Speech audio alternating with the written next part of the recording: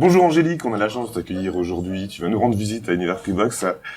Comment tu vas? On se va se tutoyer pour l'interview? On se tutoie depuis combien d'années? On se tutoie maintenant depuis une quinzaine d'années. Au moins une quinzaine d'années. Salut Olivier, salut Maxime. Salut Angélique. Donc là, on est dans les locaux d'Univers Freebox et Angélique va répondre gentiment à toutes les questions qu'on va lui poser.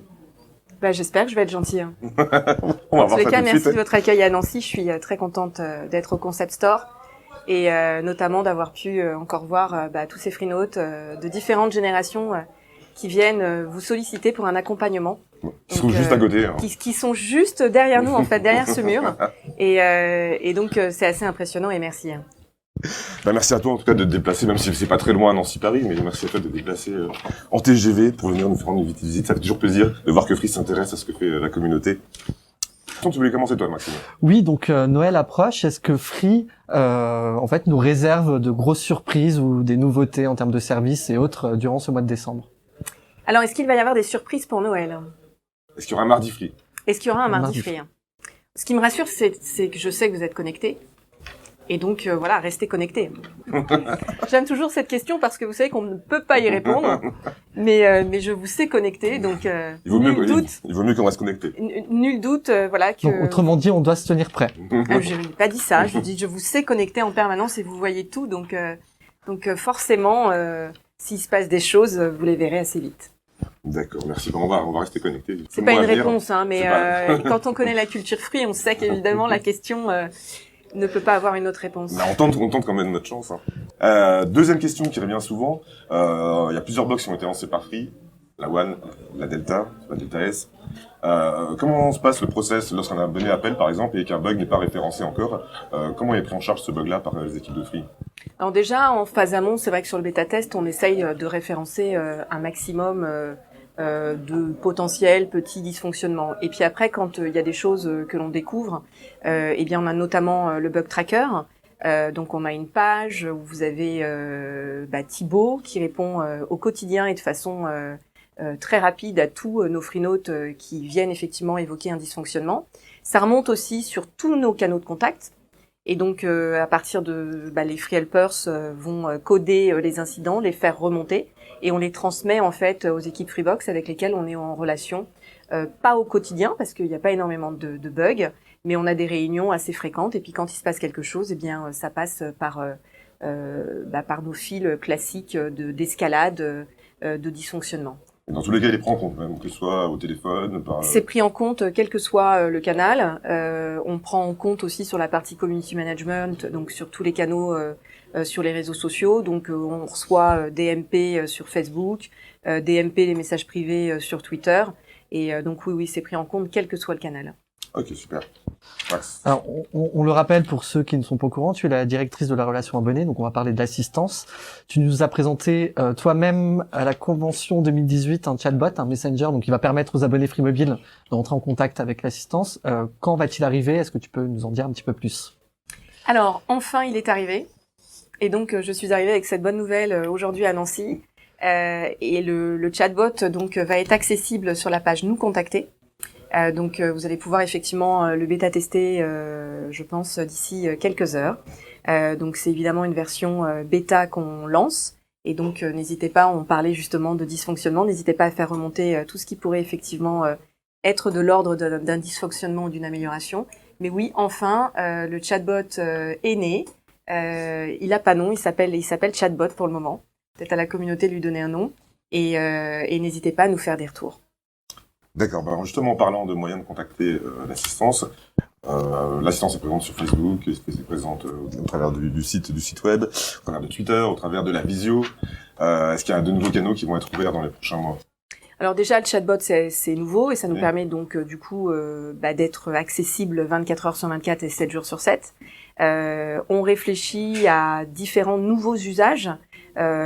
Parce que nos freenotes utilisent d'autres canaux tels que WhatsApp et on a des réflexions en cours effectivement pour pouvoir répondre au plus grand nombre en fonction de leurs usages et donc d'être présent dans le quotidien de nos abonnés et qu'ils puissent accéder à nos services en fonction de ces canaux qu'ils aiment utiliser.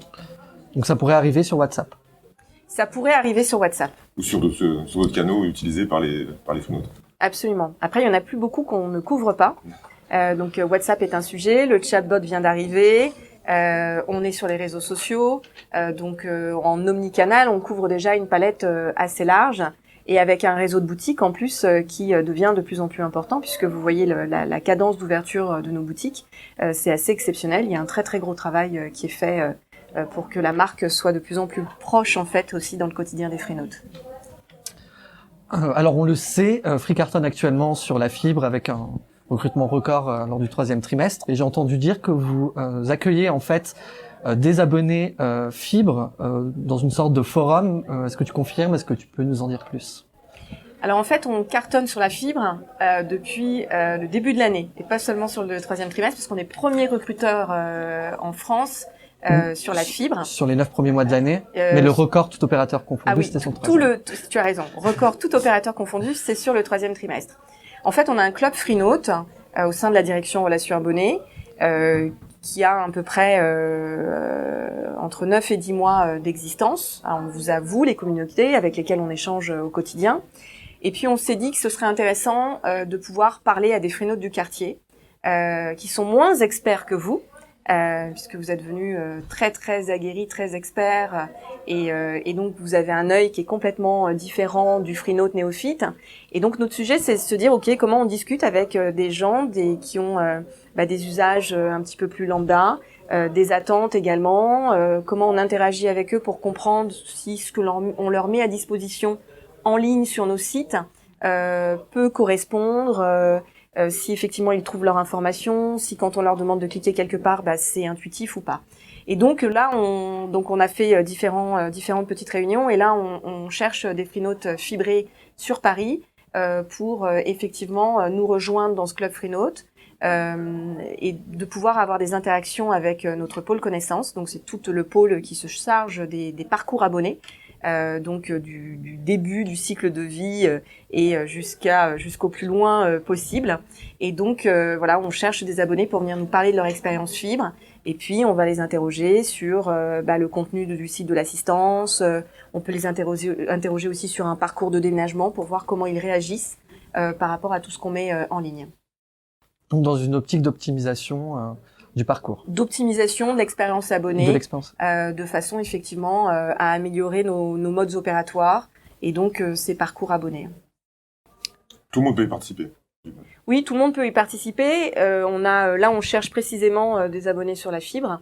Après, on avait des abonnés ADSL jusqu'à présent. On avait 1 ou 2 abonnés fibre et puis effectivement le poids de la fibre est très important aujourd'hui et donc on cherche à creuser davantage certains éléments et puis écouter nos freenotes parce que c'est important et on a toujours eu cette écoute active de façon à pouvoir comprendre ce que les freenotes attendent, notamment de l'assistance qu'on peut leur délivrer et du service qu'on peut leur délivrer.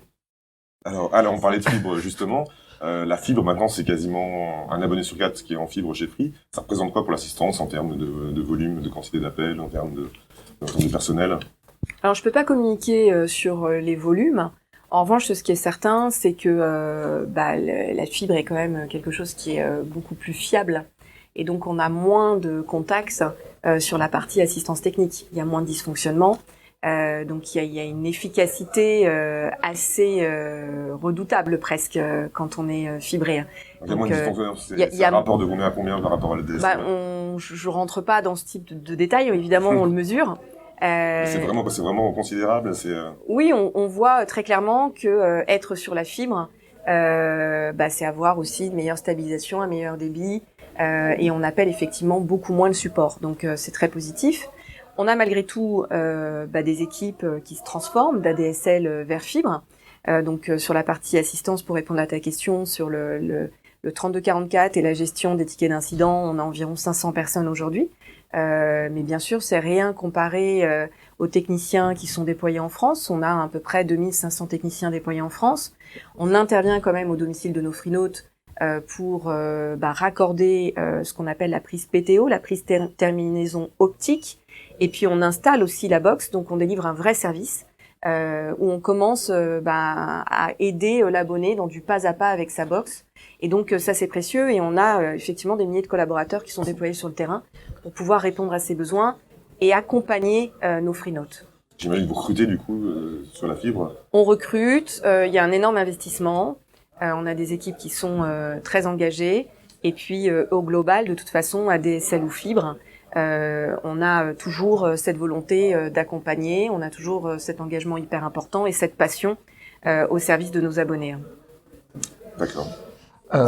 Oui, je voulais. Free densifie depuis à peu près 1 an son réseau de boutiques et on inaugure assez régulièrement. Là, je crois qu'on est à 72 plus les 3 nouveaux Parisiens, peut-être 75, quelque chose comme ça. Est-ce que vous avez des objectifs en termes de déploiement? Est-ce qu'on va atteindre un nombre? On va dépasser la centaine? Est-ce que vous avez des idées par rapport à ça? Ce qui est certain, c'est que effectivement, il va y avoir encore peut-être, oui, quelques dizaines d'ouvertures. Le calendrier, pour l'instant, est pas forcément connu parce que ça dépend de la localisation des boutiques. Donc, il y a un très gros travail qui est fait. Mais oui, effectivement, il y a un bel objectif encore d'ouverture de Free Center. Et nos bornes qui sont très présentes aussi. Donc on a quand même un réseau de bornes qui est une superbe innovation, les bornes Free, sur lesquelles effectivement on peut souscrire du mobile. Et donc ce déploiement sur des milliers de bornes en France est aussi colossal, de façon à toujours être plus proche et ancrer aussi la marque Free dans le quotidien de nos abonnés. Justement, on s'est rendu compte que Free avait mis en place une campagne plus localisée en fait pour se rendre plus visible quand les offres fibre par exemple arrivent dans une ville. On a vu des partenariats avec des boulangeries, des pubs aussi sur des taxis. Est-ce que vous voulez développer aussi ces moyens là de communication? Il y avait un fort désir effectivement de visibilité et moi j'ai adoré les étuis baguettes, c'était absolument canon, on a eu des retours ultra positifs. On a eu des retours aussi très positifs de notre communauté de Freenote sur les nouvelles pubs Free. Où les gens nous disaient mais enfin c'est Free, c'est Free, c'est vous, c'est décalé, on adore. Donc ça nous fait plaisir parce qu'il y a un gros travail des équipes marketing de Free sur le sujet et donc d'avoir des retours positifs sur toutes ces campagnes qui sont menées prouve effectivement que ce qui est fait actuellement a du sens et puis que ça crée de l'émotion aussi et donc c'est super important quand on essaye effectivement de faire passer un message, de créer une émotion chez un prospect, donc un futur Freenote ou chez un Freenote. Mais est-ce qu'on pourrait se retrouver avec des pubs dans des endroits un peu plus insolites? Parce que les sachets baguettes, c'est déjà insolite en soi. Je pense pas que les autres opérateurs le font. Est-ce qu'il y a des choses qui vont arriver? Si on a, alors ça, je ne peux pas te dire. Et puis, si je le savais, je ne te le dirais pas, parce que ça gâcherait l'effet de surprise. Parce que effectivement, quand on cherche à faire des choses un petit peu innovantes et créa, si on le dit en amont, du coup, ça, tu vois, sur la partie émotionnelle, l'émotion, elle est plus au rendez-vous. Donc, il peut se passer encore plein de choses. Oui. On a des équipes vraiment qui sont super créa. Merci. Ok, super. Merci beaucoup, Angélique, pour avoir répondu à toutes ces questions avec sincérité. Et donc, on va rester connectés comme tu nous l'as conseillé. Mais alors, est-ce que moi, je peux vous poser une question? Alors, vas-y. Alors, je suis ici à Nancy au Concept Store, donc je suis pas rentrée tout de suite. En fait, j'ai regardé ces personnes qui rentraient dans le Concept Store. Je fais des petites photos de l'extérieur. Et quand je suis rentrée, d'une part, j'ai vu que vous aviez réagencé tout cet espace communautaire, cet espace d'entraide. Et puis vous m'avez amené ici dans ce studio, dans les coulisses en fait du Concept Store, dans les coulisses d'Univers Freebox de la rédaction. Et je me dis c'est quand même impressionnant. Et autant vous recevez beaucoup de gens qui viennent pour chercher une aide par rapport à leur Freebox, par rapport à Free Mobile. Mais est-ce que vous avez des gens qui viennent voir en fait tout ce travail, tout ce matériel dont vous disposez et qui s'intéressent en fait à ça parce que c'est pour une communauté. C'est juste impressionnant. Donc ma curiosité, c'est ça. Est-ce qu'il y a des curieux qui vont au-delà des articles, de tout ce que vous faites? Alors ça peut arriver qu'on ait des lecteurs qui viennent effectivement voir comment on travaille. Il faut savoir qu'en dehors des personnes qui sont permanentes chez Univers Freebox, il y a énormément de bénévoles. Donc c'est des gens qui viennent voir, qui viennent parfois par curiosité, comme stagiaires ou comme simples bénévoles, qui aident les gens, puis qui voient ce qu'on fait à côté et qui se proposent de nous aider. Que ce soit à la rédaction, que ce soit participer à des vidéos, des choses comme ça. On en a régulièrement, on n'a pas énormément, on aimerait bien. On peut lancer un appel aussi, comme on a déjà lancé, comme tu as lancé l'appel pour le club des Freenote. On lance un appel, ceux qui ont envie effectivement de venir participer à l'aventure Univers Freebox. On est forcément évidemment ouvert à ça. Mais effectivement, on a environ une quarantaine de bénévoles par an qui travaillent sur le projet avec nous. Ouais, ce qui est quand même colossal et heureusement pour vous. Mais Oui. c'est vrai que découvrir les coulisses, ça a un vrai intérêt. On se rend mieux compte en fait. Vous pouvez venir de partout en France. Hein, Tu lances un appel Je lance un appel ouverte partout, vous faites peut-être pas le trajet, mais en tout cas, on vous ouvrira la porte. et il y a du café. Et il y a du café, voilà, et de la tisane. Et du thé. Enfin, merci beaucoup Angélique en tout cas pour ta venue. Merci à vous deux, merci à toute la team.